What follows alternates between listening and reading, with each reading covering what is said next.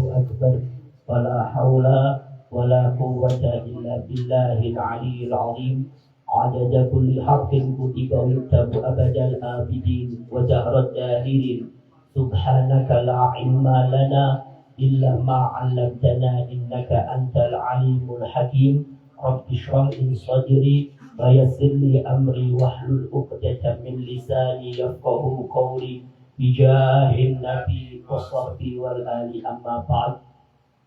Pertama-tama mari sama-sama kita panjatkan puji syukur kita kehadirat Allah yang mana pada malam hari ini kita semua masih diberikan oleh Allah limpahan taufik, hidayah, inayah sehingga kita masih bisa melangkahkan kaki kita berhadir di majlis yang mulia ini, di tempat yang penuh barokah ini. Besar harapan mudah-mudahan apa yang kita lakukan bersama pada malam hari ini mendatangkan ridha dan rahmatnya Allah, dan juga mudah-mudahan apa yang kita hajatkan bersama, baik itu hajah dunyawiyah maupun hajah ukhrawiyah, mudah-mudahan dikabulkan dan dimudahkan oleh Allah Subhanahu wa taala. Amin amin ya rabbal alamin. Salawat serta salam semoga selalu tercurahkan kepada baginda Nabi besar Muhammad sallallahu alaihi wasallam beserta keluarganya, sahabatnya, pengikutnya, dan yang mengikuti jejak langkah beliau dari dulu sekarang sampai akhir zaman.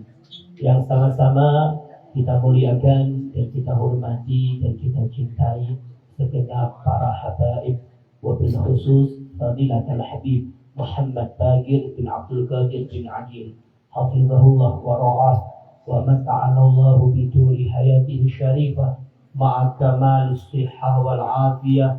Amin amin ya rabbal alamin. Dan juga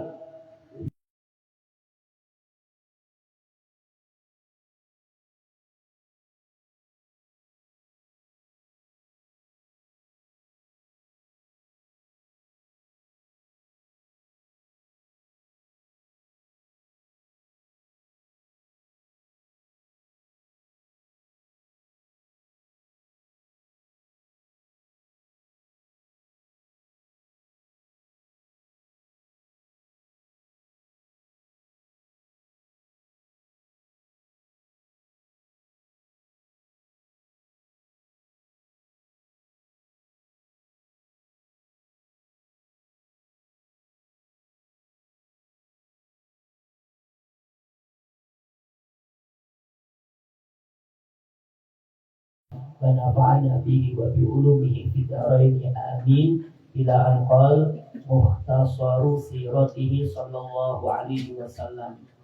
Ringkasan sejarah Nabi Sallallahu Alaihi Wasallam. Kata beliau, kanat wiladatuhu Sallallahu Alaihi Wasallam di Makkah yaumal Itsnain. Nabi Sallallahu Alaihi Wasallam, Bapak Ibu sekalian, dilahirkan di kota Mekah pada hari Senin. Dan bahkan sebagian para ulama mengatakan hari Senin ini adalah hari yang memang identik dengan Nabi kita Muhammad. Bukan hanya dilahirkan aja Nabi di hari Senin, dan bahkan Nabi itu diangkat menjadi seorang Nabi pun di hari Senin. Dan bahkan Nabi berhijrah, mengawali hijrahnya dari Mekah menuju kota Madinah itu pun di hari Senin. Dan bahkan sampainya di kota Madinah, masuk ke kota Madinah itu pun di hari Senin. Dan juga Nabi diwafatkan itu di hari Senin, Bapak Ibu sekalian. Jadi identik Nabi itu di hari Senin. Demikian ya. Ini Nabi kita Muhammad Sallallahu Alaihi Wasallam. Beliau dilahirkan di hari Senin, tepatnya pada amal fil, tahun gajah. Karena memang sebelum Nabi dilahirkan tepatnya 50 harian, kota Mekah atau Ka'bah itu akan dirobohkan oleh gubernur atau Raja Abraha dari Yaman. Ya, karena memang Abraha ini sedikit agak iri lagi. Di Mekah, tepatnya di Ka'bah itu pusat. Orang-orang itu pada singgah ke sana, senang berada di sana. Jadi akhirnya ada kecemburuan. iri dalam hatinya, ingin ya merobohkan akan Ka'bah tersebut. Dan sebelumnya beliau membangun seperti kayak gereja tandingan lah, agar orang-orang itu mau pergi ke daerahnya, agar orang-orang itu kalau yang berkunjung ya singgah ke tempatnya. Namun gagal total, dan bahkan yang diceritakan yang dibangun oleh Abraha itu malah dihinakan, dihinakan. Dan bahkan ada riwayat yang mengencinginya, ya saking yang dihinakan, akhirnya tambah marah. Akhirnya memang betul-betul ya akan ada niatan untuk menyerbu Mekah. Akhirnya beliau membawa pasukannya dan bahkan menunggangi gajah yang banyak di waktu itu sekalian. Tujuannya untuk merobohkan Ka'bah. Tapi sebelum kejadian ini, sebelum tatkala ia masuk ke kota Mekah, dia singgah terlebih dahulu. Sebelum di Mekah itu singgah terlebih dahulu. Di situ dia mengutus beberapa pasukannya untuk merampas kepemilikan barang-barang orang Mekah. Di antaranya yang dirampas itu adalah ontanya Abdul Muttalib, kakek Nabi. Disebutkan sampai 200 unta yang disita. Akhirnya di waktu itu sekalian, Abdul Muttalib selaku pemilik menemui Abraha. Abraha di waktu itu senang karena dia mengira bahwasanya ini tokoh orang Quraisy, ini tokoh orang Mekah ini yang datang kepadanya ini. Dia mengira bahwasanya Abdul Muttalib itu takut kepadanya karena memang Ka'bah mau dirobohkan, mau nego ini kayaknya. Akhirnya tatkala datang menemui Abraha, yang diminta itu adalah untuk mengembalikan unta-untanya. Dia kaget dikira tadi itu dia takut Ka'bahnya dirobohkan, dihancurkan, kok malah yang diambil itu adalah untanya. Tidak takut ini Ka'bahnya ini roboh. Sekalinya kata beliau, adapun unta ini milikku.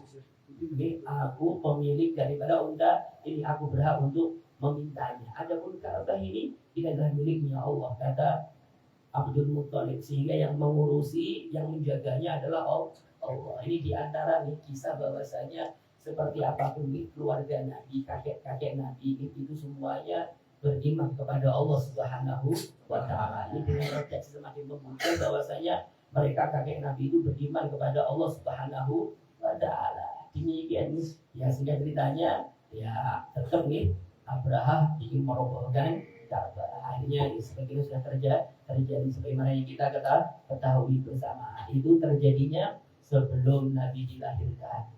Oleh karenanya tahun itu dinamakan dengan tahun gajah.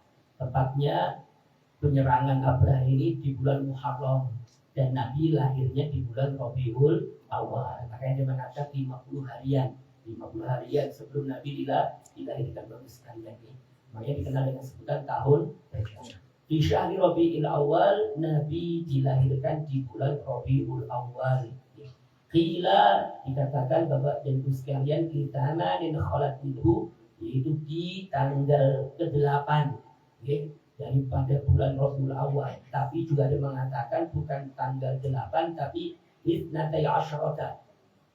Tepatnya adalah di tanggal ke-12 daripada bulan Rabiul Awal. Dan itulah yang dipraktekkan di mana-mana. Kita memperingatinya itu di tanggal 12 Rabiul Awal, bukan di tanggal 8. Walaupun nanti banyak khilafnya antara orang ada mengatakan tanggal sekian-sekian, tapi yang dipraktekkan itu adalah tanggal 12 Rabiul Awal. Demikian ini yang kita lakukan untuk memperingati perayaan Maulid Nabi Shallallahu Alaihi Wasallam. Kemudian Bapak sekalian, kata beliau, Maulid Shallallahu Alaihi Wasallam mahtunan. Nabi itu bagi tatkala dilahirkan dalam keadaan sudah dikhitan. Ini jelas Nabi itu dilahirkan dalam kondisi memang sangat luar biasa. Beda dengan yang lain-lainnya. Tidak ada orang yang dilahirkan itu sebagaimana Nabi kita Muhammad. Sudah dikhitan, bersujud, bertasbih, dan ini seakan-akan kayak orang yang sudah dewasa, seakan-akan Nabi itu lahir dengan seleranya, dengan kehendaknya. Nah, tidak ada orang yang semacam ini bagi sekalian. Ini Nabi kita Muhammad saja. Demikian Wakila ada yang mengatakan khatanahu jadduhu yauma sabihi.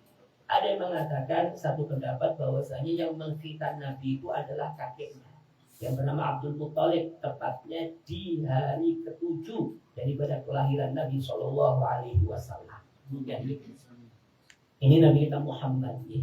Dan bahkan proses ya, Nabi dilahirkan itu nanti yang membidani itu adalah Sayyidah Maryam dan juga Sayyidah Asia.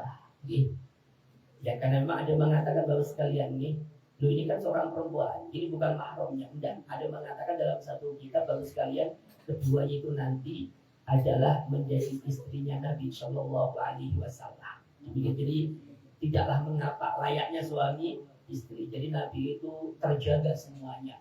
Bahkan auratnya itu terjaga. Tatkala beliau dilahirkan, tidak ada orang yang memandangnya. Ini Nabi kita Muhammad Shallallahu Alaihi Wasallam. Kemudian kata beliau baru sekalian, wa arda'athu Thuwaibah al-Aslamiyah, dan yang menyusui beliau itu adalah Thuwaibah al-Aslamiyah, jariyatu Abi Lahab, budak perempuannya Abu Lahab.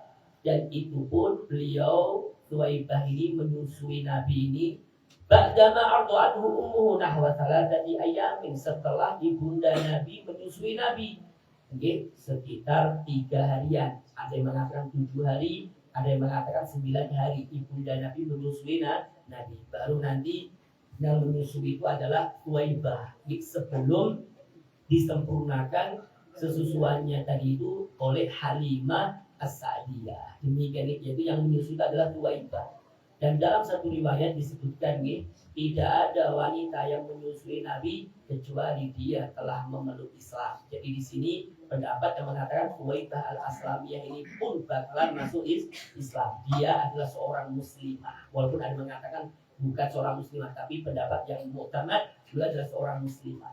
Demikian adalah seorang yang memeluk Islam. Ini untuk Thuwaibah al-Aslamiyah. Demikian. Nah, kemudian kalau kita berbicara tentang yang menyusui Nabi ini, sebetulnya di sini ada sedikit penjabaran daripada Az-Zurqani atau Az-Zarqani. Tatkala beliau mensyarahi kitab namanya Al-Mawahib Al-Laduniyah bil Minahil Muhammadiyah, karya daripada Al-Qustullani.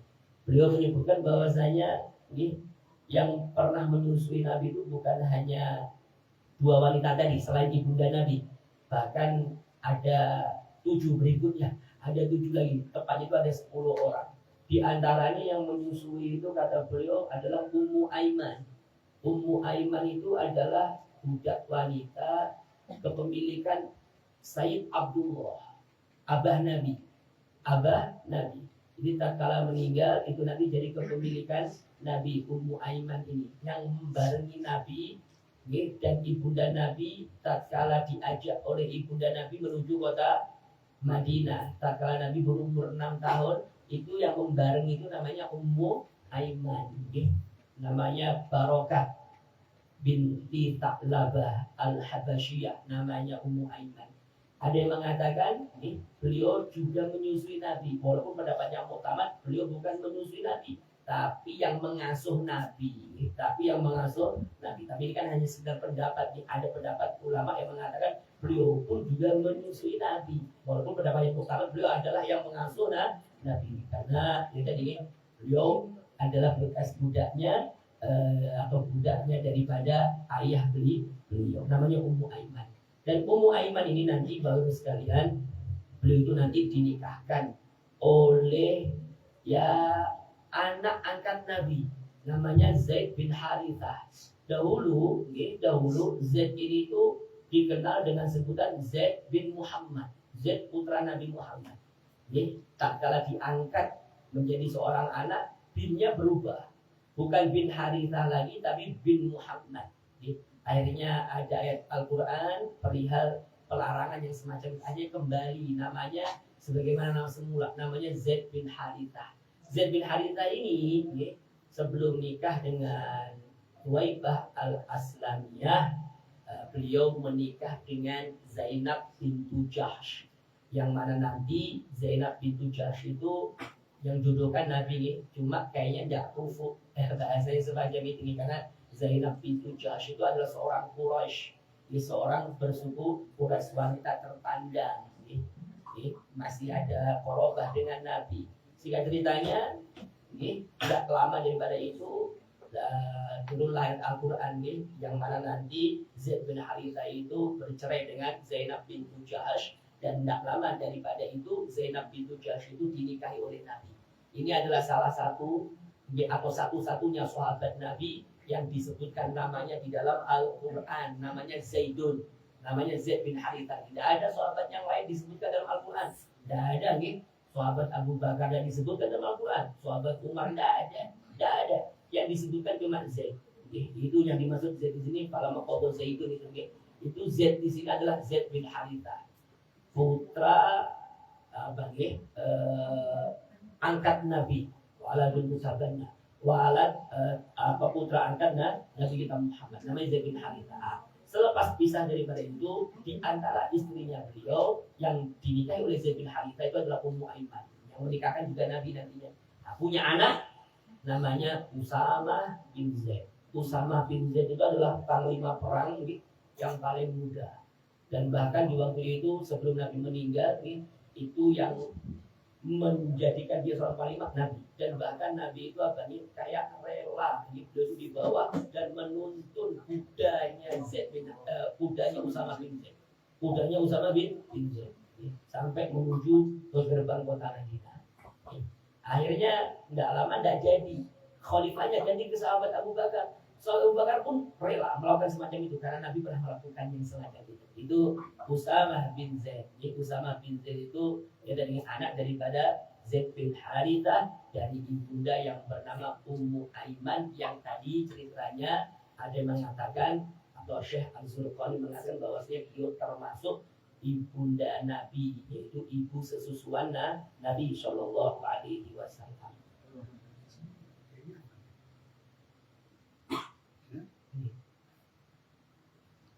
Itu tadi Zaid bin Haritha.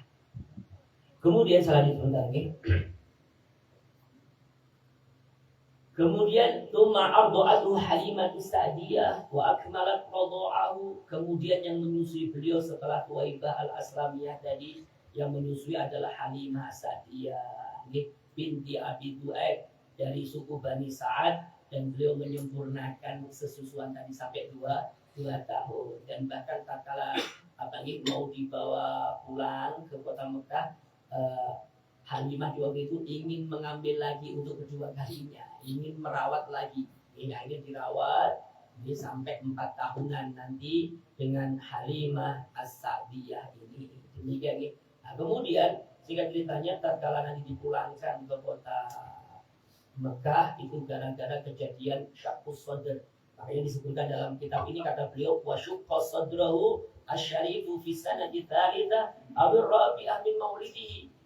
Dan Nabi itu Bapak sekalian pernah mengalami satu kejadian, yaitu dibelah dada beliau. Tepatnya pada tahun ketiga. Ada mengatakan tahun keempat, mayoritas mengatakan tahun keempat Nabi itu dibelah dadanya.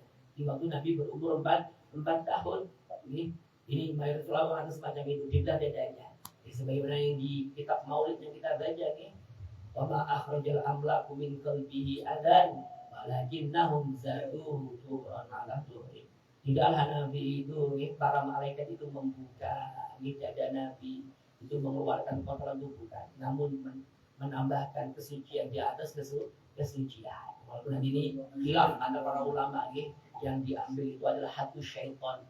Hatu syaitan, jatahnya syaitan, mendapatkan rahmatnya Nabi. Itu yang diambil. Sehingga tatkala itu diambil, tidak ada lagi jatah rahmatnya Nabi untuk syaitan. Kalau seumpamanya itu ada, bisa jadi dengan rahmatnya Nabi, syaitan itu akan selamat daripada neraka. Bisa jadi. Ini bukan apa-apa, ini saking besarnya kedudukan Nabi di sisi Allah Subhanahu wa Ta'ala. Makanya diambil, tidak ada lagi jatahnya syaitan, tidak ada lagi. Dia bakalan sengsara nanti di dalam akhirat, kelak di dalam neraka. Demikian ini sudah jadi. Di dalam satu riwayat Bapak sekalian, Nabi itu dibelah dadanya itu sampai 4 kali, bukan hanya sekali, tapi sampai 4 kali. Nanti diantaranya di tahun ke-10 menjelang taklif, menjelang masa-masa beliau itu jadi mukallaf. Kalau kita kan mukallaf itu kalau sudah keluar mimpi basah ya, atau keluar sperma atau mungkin keluar haid bagi seorang wanita, kan bisa jadi terjadi semacam itu kalau kita umurnya 9 tahunan minimal ya, atau nanti dengan umur sampai 15 tahun kalau memang tidak mengalami kejadian itu semuanya, kan demikian. Nah, Nabi di umur 10 tahun itu sama dibelah dadanya juga. Dan yang ketiga, tatkala Nabi berumur 40 tahun. Tatkala Nabi berumur 40 tahun sebelum Nabi diangkat menjadi seorang nabi. Demikian nih. Dan yang terakhir, tatkala Nabi hendak di Isra dan Mi'rajkan. Tepatnya ya sekitar tatkala Nabi itu berumur 50 tahunan. 50 tahunan. Karena memang kejadian Isra dan Mi'raj itu ada yang mengatakan 3 tahun sebelum hijrahnya Nabi. Ya kalau Nabi itu hijrah itu selama 10 tahun di Madinah selama 10 tahun, ya anggap berarti kalau Nabi umurnya 63, ya berarti dikurangi 3, ini dikurangi 13 lah tadi. Karena dikurangi 10 dikurangi di 350-an. Tapi Nabi berumur 50. Demikian ya. Kalau kita teliti lagi kata para ulama, ya amat sangat memungkinkan ya yang semacam itu karena kita ini diperintahkan agar kita itu mawas diri tatkala berumur 40 tahun. Nabi itu dijaga, dijaga. Tatkala berumur 40 tahun kita lihat terlebih dahulu. Amal ibadah kita ketinggian. Kita mawas diri di 40 tahun itu sudahkah kita beramal soleh lebih banyak daripada keburukan kita? Karena khawatir baru sekalian kalau kita berumur lebih melewati 40 tahun menjawazal arba'in sama orang di antara kita yang umurnya itu lebih daripada 40 tahun, melewati 40 tahun. Tapi lam yaglib khairuhu syarrahu, namun kebaikannya tidak mengungguli keburukannya. Alias keburukannya itu banyak sekali dibanding daripada kebaikannya. Maka kata Nabi dalam riwayat tersebut, walaupun riwayatnya itu dhaifah, disebutkan bahwasanya kata Nabi fal yatajahhaz bilan, maka hendaknya dia bersiap-siap ke dalam neraka. Ini hati-hati kalau sudah umur 40 tahun. Kalau 50 tahun ini sudah tidak ada udzur lagi sudah untuk meninggalkan kebaikan. Dan bahkan dalam satu riwayat ini di dalam kitab-kitab sebelum Al-Quran disebutkan kata Wahab bin Munabbih tatkala menjelang malam menjelang malam itu ada seruan daripada langit. Orang-orang yang berumur 40 tahun, orang-orang yang berumur 40 tahun, apa yang sudah kalian lakukan? Kan demikian harus dikatakan, diingati terus kita diingati oleh para malaikat. Cuma ya kita ini tidak sadar kadang. Oleh karena itu mawas diri melewati daripada kejadian syakus sodrinya Nabi, dibelah dari Nabi tatkala Nabi berumur 40 tahun. Kita mawas diri. Demikian intinya kita ya berbenah diri. Umur sudah tua, mari kita lebih giat lagi, lebih istiqomah lagi di dalam beramal soleh, di dalam beribadah, di dalam menempuhi ibadah-ibadah yang semacam ini agar kita selamat nantinya baik di dunia lebih-lebih di akhirat kelak. Amin ya rabbal alamin. Kemudian kata bisa tidak perlu ini baik. Wa fisana bisa pada tahun ke-6 kanat wabadu ummihi, ada meninggalnya ibunda Nabi di tahun ke-6. Tepatnya tatkala Nabi diajak oleh ibunda Nabi untuk menengok atau berziarah ayahanda Nabi, yaitu Sayyid Abdullah tadi. Karena Sayyid Abdullah itu meninggalnya di Madinah. Tatkala beliau di sana pergi ke Madinah itu ke Yathrib tepatnya untuk berdagang, untuk membeli ya belanja lah ini, untuk beli belanja seperti kurma dan seterusnya untuk dijual. Ini untuk dijual di Mekah. Sehingga ceritanya beliau meninggalnya di Madinah dan dikubur di Madinah. Di tahun ke-6 daripada umur Nabi, ibunda Nabi itu mengajak Nabi kita Muhammad dibarengi dengan Ummu Aiman untuk menyambangi, untuk berziarah kepada Sayyid Abdullah tersebut. Selain tujuannya itu adalah untuk bertemu dengan kerabatnya Nabi dari jalur neneknya Nabi. Karena neneknya Nabi itu karena orang Madinah itu kerabatnya Nabi. Tepatnya adalah Bani Najjar, Bani Najjar. Karena nenek Nabi yang bernama Salma binti Amir An-Najjar itu adalah ibunda daripada kakek Nabi yang bernama Abdul Muttalib. Jadi Abdul Muthalib itu punya ibu namanya Salma bintu Amir An-Najjar, dari keturunan Bani Najjar, Adi bin Najjar. Demikian nih, dari klan Najjar, sukunya adalah Khazraj, penduduk Madinah. Demikian nih. Ini hebatnya nih. Oleh karenanya bagus sekali ya, tatkala Nabi berhijrah di Madinah, itu banyak dari orang-orang Madinah itu yang menyambut Nabi. Karena memang keluarga Nabi banyak di Madinah. Dari jalur yang nenek dari jalur nenek Nabi. Jadi, makanya banyak menyambut Nabi. Dan bahkan kalau kita tahu nih, kalau kita sering mendengar cerita Masjid Nabawi itu kan ceritanya nih, tatkala untanya Nabi itu singgah di suatu pekarangan, di suatu tanah, ternyata tanah yang disinggahi oleh untanya Nabi itu adalah kepemilikan dari dua anak yatim dari suku Bani Najjar, namanya Sahal dan Suhail. Intinya sudah mati-matian mau diberikan kepada Nabi, tapi Nabi tidak mau. Tetap Nabi ingin membelinya. Akhirnya yang membelinya adalah sahabat Abu Bakar. Akhirnya dijadikan Masjid Nabawi. Masjid Nabawi itu dari Bani Najjar juga, keberkahan daripada Bani Najjar, karena kepemilikan dari suku Bani Najjar tadi. Ini diantaranya ini Bani Najjar itu adalah ya kerabatnya Nabi, kerabatnya Nabi. Kalau bahasanya itu ahwal itu dari sisi ibu, dari sisi nenek Nabi. Kalau dari sisi ayah Nabi, kakek Nabi dan seterusnya, ya tentunya orang Quraisy, yaitu seorang keturunan daripada Quraisy. Yang itu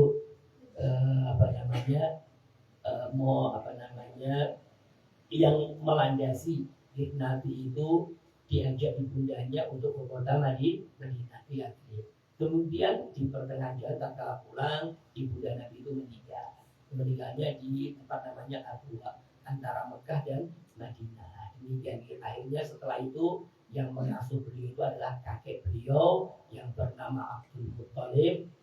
Selama 2 tahunan kurang lebih, tatkala berumur 8 tahun, kakek Nabi itu meninggal. Demikian akhirnya yang mengasuh Nabi itu adalah Abu Thalib, pamanda Nabi, dan kebetulan ini adalah pamanda Syaqiq.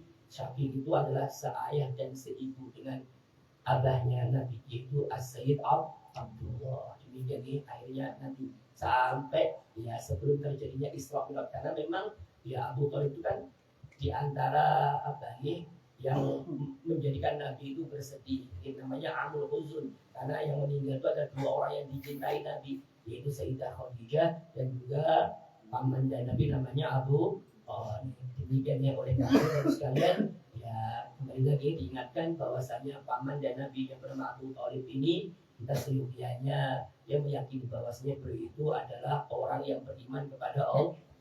Sebagaimana disebutkan di dalam kitabnya beberapa ulama, di antaranya kitab yang berjudul Asnal Matalib fi Najati Abi Thalib, karya daripada As-Sayyid Ahmad bin Zaid Dahlan, mufti Makkah di waktu itu. Dan bahkan muridnya itu kebanyakan ulama-ulama Nusantara itu muridnya beliau. Tidak terkecuali, orang siapapun pasti muridnya beliau. Nah itu beliau punya karangan namanya Asnal Matalib fi Najati Abi Thalib, yang berbicara tentang bahwasanya Abu Thalib itu selamat. Abu Thalib paman dan Nabi ini, Sayyiduna Abu Thalib ini adalah seorang yang beriman kepada Allah Subhanahu wa Ta'ala. Ini jangan terlalu lancang lagi kalau kita murid kita dan seterusnya. Setidaknya kita diam aja, tidak usah berbicara kalau kita memang tidak meyakini yang semacam itu. Demikian. Kemudian baru sekalian, kayaknya masih banyak yang insya Allah kita akan lanjutkan di dalam pertemuan-pertemuan yang akan datang. Masalah afiat. Dan mudah-mudahan dengan sedikit apa yang kita baca, apa yang kita dengar, mudah-mudahan menambahkan kita ingin menggali lagi sejarah tentang Nabi kita Muhammad, dan mudah-mudahan kita dianugerahi oleh Allah bisa mutabah dengan Nabi Muhammad, mengikuti sunnah-sunnah Nabi Muhammad, dan mudah-mudahan kita tambah cinta kepada Nabi Muhammad, tambah cinta kepada keluarga Nabi Muhammad, dan mudah-mudahan kita termasuk orang yang beruntung nantinya baik di dunia lebih di akhirat